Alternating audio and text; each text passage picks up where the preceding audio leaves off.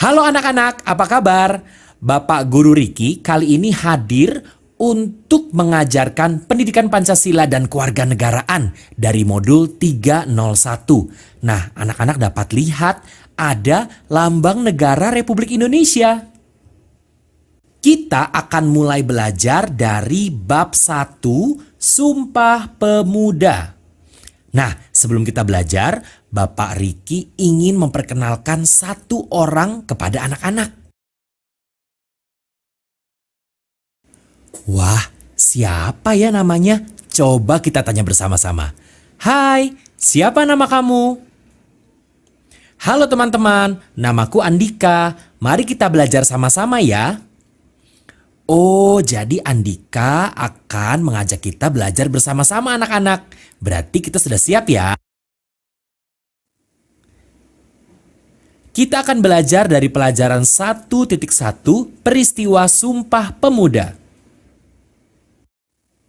Tujuan pembelajarannya adalah supaya anak-anak dapat mengerti dan menjelaskan sejarah peristiwa Sumpah Pemuda. Nah, sekarang Bapak Riki akan menceritakan bangsa Indonesia pada masa penjajahan Belanda. Jadi begini anak-anak.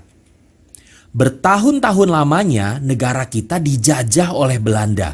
Rakyat Indonesia ditindas, dipaksa bekerja untuk penjajah tanpa diberi upah. Dan mereka bahkan tidak boleh bersekolah. Kekayaan negara kita pun dirampas semena-mena oleh para penjajah.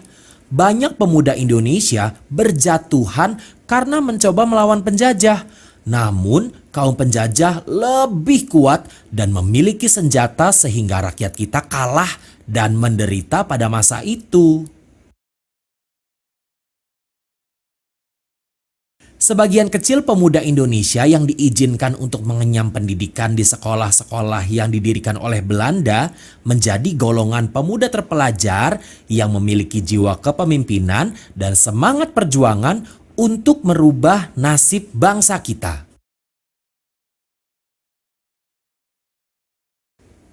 Mereka menyadari bahwa penjajah tidak dapat dikalahkan dengan adu kekuatan. Dengan kepintaran dan kecerdasan yang dimiliki oleh pemuda Indonesia, mereka berkumpul dan menyatukan pikiran untuk mengusir kaum penjajah dari negara kita. Dari perkumpulan mereka itulah maka dengan pesat lahir organisasi-organisasi pemuda yang masih bersifat kedaerahan dengan membawa nama daerah asalnya. Pelopor munculnya organisasi-organisasi pemuda Indonesia adalah Budi Utomo yang berdiri pada tanggal 20 Mei 1908 dan kemudian ditetapkan sebagai Hari Kebangkitan Nasional. Tadi Bapak Riki sudah sempat menyebutkan bahwa ada organisasi-organisasi pemuda yang bersifat kedaerahan. Sekarang kita akan melihat contohnya ya. Yang pertama adalah Trikoro Darmo. Trikoro Darmo berdiri pada tanggal 7 Maret 1915. Trikoro Darmo akhirnya berubah nama menjadi Jong Java atau artinya pemuda dari Jawa pada kongres pertamanya di Solo tahun 1918. Anggota Trikoro Darmo yaitu pemuda dari Jawa Barat, Jawa Tengah, Jawa Timur, dan Madura. Berikutnya adalah Jong Sumatera Nenbon. Organisasi ini berdiri pada tanggal 9 Desember 1917 dengan anggotanya adalah para pemuda yang berasal dari Pulau Sumatera. Berikutnya adalah Jong Minahasa. Jong Minahasa berdiri pada tahun 1918. Anggotanya adalah pemuda-pemuda dari Minahasa. Ada lagi nih, namanya adalah Jong Celebes. Organisasi ini menghimpun para pemuda terpelajar yang berasal dari Sulawesi. Celebes ini anak-anak adalah nama lain dari Pulau Sulawesi. Masih ada beberapa nama-nama organisasi pemuda lainnya. Contohnya, Jong Bataksbon. Jong Bataksbon adalah perkumpulan para pemuda Batak atau Tapanuli yang merupakan pecahan dari Jong Sumatera Nenbon. Lalu ada Jong Ambon yang berdiri pada tanggal 9 Mei 1920. Anggotanya para pemuda dari Maluku. Lalu ada lagi yang namanya Sekarukun. Sekarukun ini berdiri pada tanggal 26 Oktober 1919. Para anggotanya adalah pemuda Sunda yang merupakan para siswa dari sekolah guru. Ada lagi organisasi pemuda kedaerahan yang bernama Timors Verbond.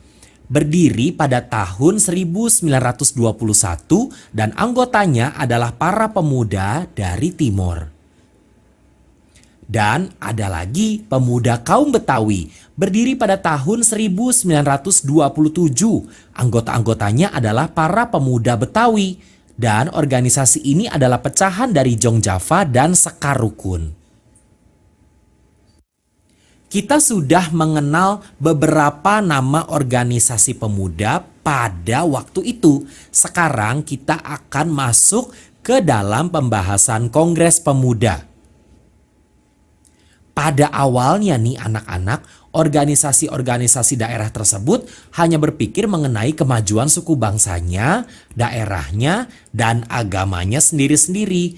Kemudian mereka bersepakat untuk menyelenggarakan Kongres Pemuda yang bertujuan untuk melepaskan diri dari penjajahan dengan membicarakan hal-hal mengenai persamaan hak, kebebasan, dan kemerdekaan Indonesia. Kongres Pemuda yang pertama anak-anak berlangsung di Jakarta pada tanggal 30 April sampai 2 Mei 1926 dan kongres ini diketuai oleh M. Tabrani. Lalu kongres juga dihadiri oleh organisasi-organisasi daerah seperti Jong Java, Sekarukun, Jong Celebes, dan lain-lain. Dari Kongres Pemuda 1, kita bergerak ke Kongres Pemuda kedua. Jadi Kongres Pemuda kedua itu dilaksanakan di Jakarta juga anak-anak, tapi di tanggal 27 sampai 28 Oktober tahun 1928 dan ketuanya waktu itu adalah Sugondo Joyo Puspito. Kongres Pemuda II dihadiri oleh kurang lebih 750 orang utusan dari berbagai organisasi pemuda. Pada Kongres Pemuda II inilah pertama kalinya Wage Rudolf Supratman memperdengarkan sebuah lagu ciptaannya yang berjudul Indonesia Raya dalam bentuk alunan gesekan biola. Kongres Pemuda II menghasilkan beberapa keputusan penting anak-anak, yaitu yang pertama, Ikrar Sumpah Pemuda yang berisi satu nusa, satu bangsa, dan satu bahasa. Berikutnya, lagu Indonesia Raya karya Wage Rudolf Supratman ditetapkan sebagai lagu kebangsaan Indonesia. Bendera merah putih ditetapkan sebagai bendera pusaka dan semua organisasi pergerakan dilebur menjadi Indonesia Muda.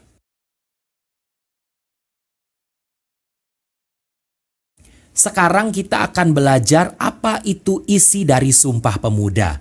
Bapak Riki akan membacakan dan anak-anak mengikutinya ya. Kami putra dan putri Indonesia mengaku bertumpah darah yang satu, tanah air Indonesia.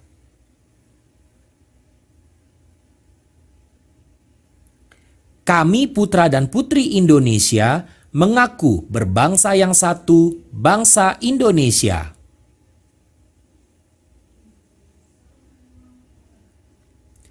Kami putra dan putri Indonesia menjunjung bahasa persatuan, Bahasa Indonesia.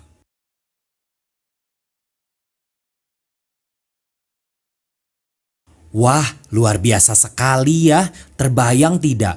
Pada waktu itu para pemuda Indonesia dengan kesungguhan hati dan tekad yang kuat menyerukan Sumpah Pemuda pada tanggal 28 Oktober 1928 di Gedung Indonesia Club Gebo. Nah, gedung tersebut sekarang menjadi Museum Sumpah Pemuda. Pertama kali diresmikan oleh Ali Sadikin pada tanggal 20 Mei 1973 yang pada saat itu menjabat sebagai Gubernur DKI Jakarta dan diresmikan kembali oleh Presiden Soeharto pada tanggal 20 Mei 1974. Museum ini terletak di Jalan Kramat Raya nomor 106 Jakarta dan tanggal 28 Oktober diperingati sebagai Hari Sumpah Pemuda.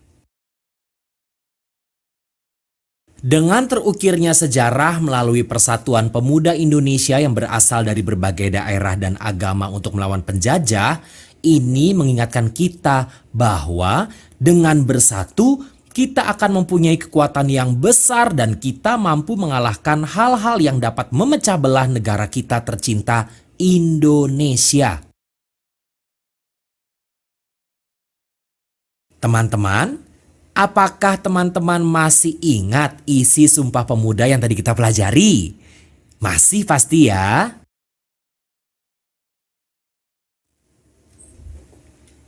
Kalau masih ingat, sekarang coba deh kalian susun isi Sumpah Pemuda di bawah ini menjadi benar ya. Jadi yang akan anak-anak lihat adalah urutan yang salah. Coba disusun baik-baik. Sumpah Pemuda. Yang pertama, kami putra dan putri Indonesia mengaku berbangsa satu bangsa Indonesia. Lalu, kami putra dan putri Indonesia menjunjung tinggi bahasa persatuan, bahasa Indonesia. Lalu, kami putra dan putri Indonesia mengaku bertumpah darah yang satu, tanah air Indonesia.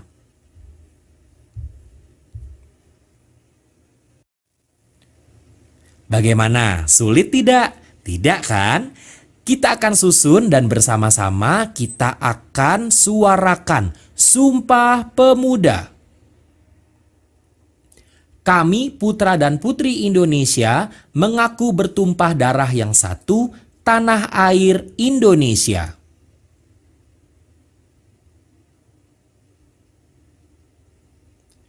Kami putra dan putri Indonesia mengaku berbangsa yang satu, bangsa Indonesia.